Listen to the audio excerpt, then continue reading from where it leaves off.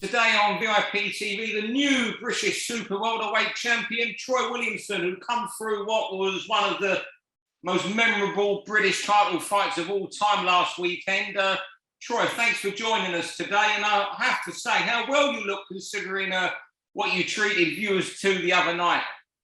And 8,000 fans at Liverpool Arena. Yeah, feeling good, feeling fresh. Just a little bit fat after eating a bit of crap for a few days. I think you was entitled to that, and no one's going to deny you that. After that, yeah, it was a great fight. I've sacrificed a lot for the last 10 weeks. I've been very, very strict for the last 10 weeks, living a life like always, and all the hard work and dedication proved it on the night. It was all paid off. What's it like? You know, I'd never know. Look at me, I can't box. What's it like being in a fight like that, which ebbing and flowing? He's having these moments, you're having your moments. What is it? You know, just give us graphically what's it like being involved in that sort of war. So I don't think you've ever been there before. Although you know the Jack Flatley fight was pretty tough as well, was brutal as well. Yeah, it was exciting. I was comfortable in there. I always believed in myself, and I knew how fit I was and how tough I was. So I knew that once it did get nitty-gritty, that I was always going to be in there, and I'd be in there for the long run. Nobody was going to get me out of there, and obviously that proved on the night. But I knew how tough of a task it was going to be.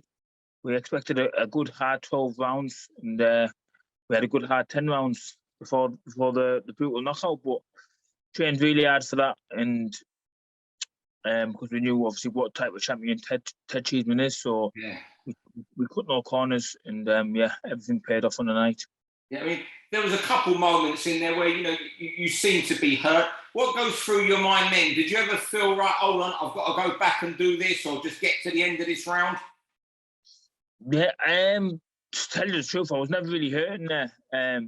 Obviously, I did take some big shots, and he caught me continuous, like punch after punch. So it was a case of just try to tie him up and get me bearings right, but and get back to the game plan. But I was never really stunned or hurting there.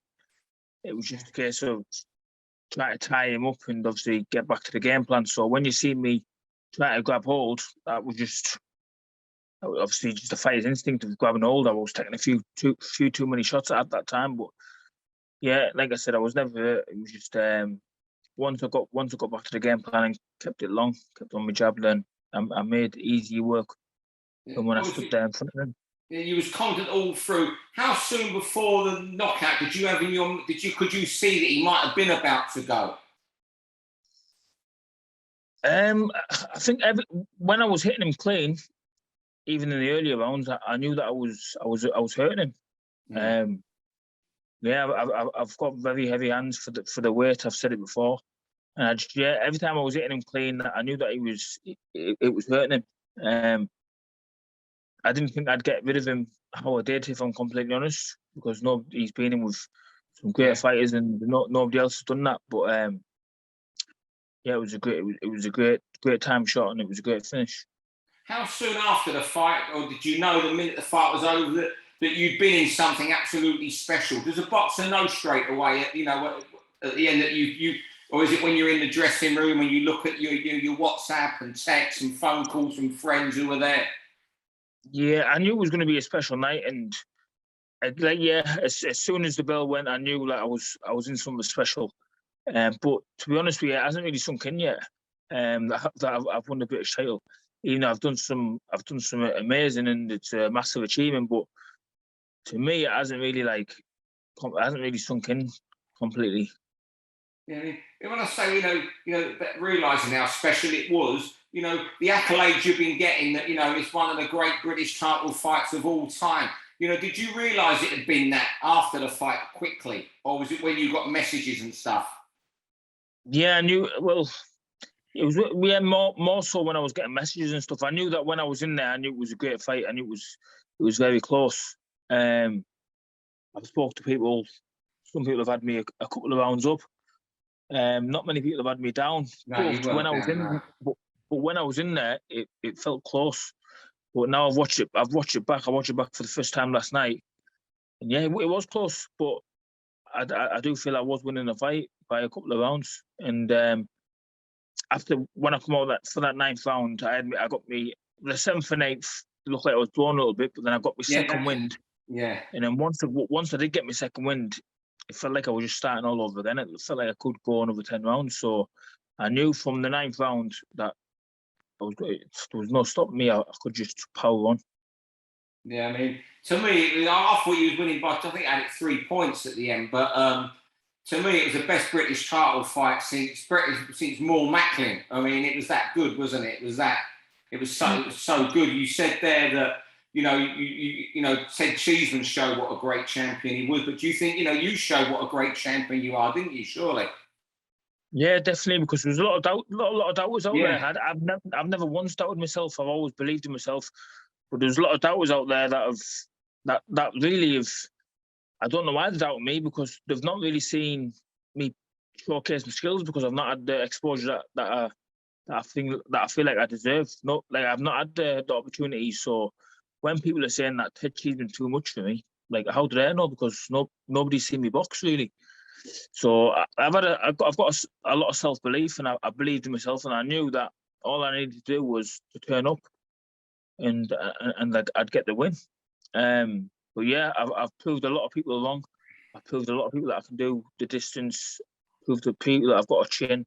I can dig deep when I need to dig deep, and I can also box.